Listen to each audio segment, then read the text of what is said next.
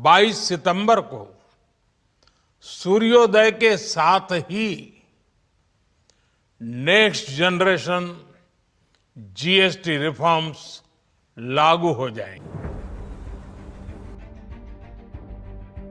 22 सितंबर की सूर्योदय हुए तो पूरे 2 दिन हो चुके हैं और 22 से पहले साबुन 10 की थी और आज भी 10 की मिल रही है। तो कहाँ पे टैक्स रेट कम हुआ? इसी चक्कर में मैं 4 दिन से नहाया नहीं हूँ कि सस्ती साबुन से नहाऊंगा, बट इसका तो रेट सेम ही है, फिर मुझे खरीदनी पड़ी। आपको भी ऐसी प्रॉब्लम फेस हो रही है ना? तो जानना है ये टैक्स के घोटाले के बारे में? तो चलिए फिर आज टैक्स के घोटाले में जानते हैं और वीडियो को शुरू करते हैं। जो एक कंपनी साबुन बनाती है उसने तो रेट कम कर दिया है। सिर्फ यही कंपनी नहीं, काफ़ी बड़ी बड़ी कंपनियों ने अपने रेट कम कर दिए। बट दिक्कत कहाँ पे आ रही है? होलसेलर रिटेलर के पास।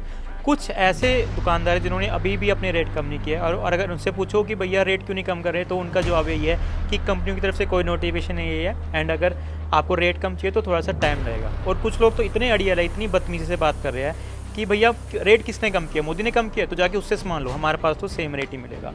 तो यार एक्चुअली मसला क्या है, इनके पास ना पुराना स्टॉक पड़ा है जो कि हायर रेट पे आया हुआ है। अब उसको कम रेट पे बेचेंगे तो ऑब्वियसली लॉस होगा। तो अब ये लोग क्या कर रहे हैं, सारा माल कच्चे में निकाल रहे हैं जल्दी से जल्दी। मतलब 100 की चीज़ अगर आप कच्चे में 300 की बेच दो तो कोई टैक्स नहीं देना, ये तो आपको पता ही होगा। तो ये सारा माल कच्चे में निकाले जा रहे हैं एंड कोई अड़ियल कस्टमर आता है कि भैया मुझे बिल चाहिए, तो ये अपना बेस प्राइस बढ़ा रहे हैं। मतलब पहले अगर 7 रुपये के ऊपर टैक्स लगता था तो अभी 8 रुपये के ऊपर टैक्स लगा रहे हैं, क्योंकि टैक्स तो कम हो चुका है और उनको पता है कि अगर इनकम टैक्स में प्रॉफिट ज़्यादा बढ़ गया तो उसको कम किया जा सकता है। लेकिन अगर कम जीएसटी पे माल बेच दिया तो वो काफ़ी ज़्यादा नुकसान हो सकता है, क्योंकि काफ़ी लोगों के पास अभी भी काफ़ी स्टॉक पड़ा है। तो यार मैं कस्टमर लोगों से यही विनती करूंगा कि प्लीज़ जितना हो सके पक्के में माल खरीदें, कच्ची कोई ट्रांजैक्शन ना करिए। क्योंकि अगर आपको लग रहा है कि बंदे ने रेट कम नहीं किया और वो कच्चे माल बेच रहा है तो समझ जाना उसके पास पुराना स्टॉक पड़ा है। और अगर वो पक्के में डील कर रहा है तो पहले उसका बेस प्राइस चेक करिए कि उसने बेस प्राइस बढ़ाया कि नहीं। तो और जितने भी दुकानदार भाई मुझे देख रहे हैं, तो यार आप सबको पता तो है कि आपके पास जितना स्टॉक है उसका आपको रिफंड मिलेगा ही मिलेगा। तो एक क्यों काम कर रहे हो यार? क्यों फंसने वाले काम कर रहे हो? ऐसे काम करो कि आपको रात को चैन की नींद आए और आप बिल्कुल टेंशन फ्री होकर सो जाओ।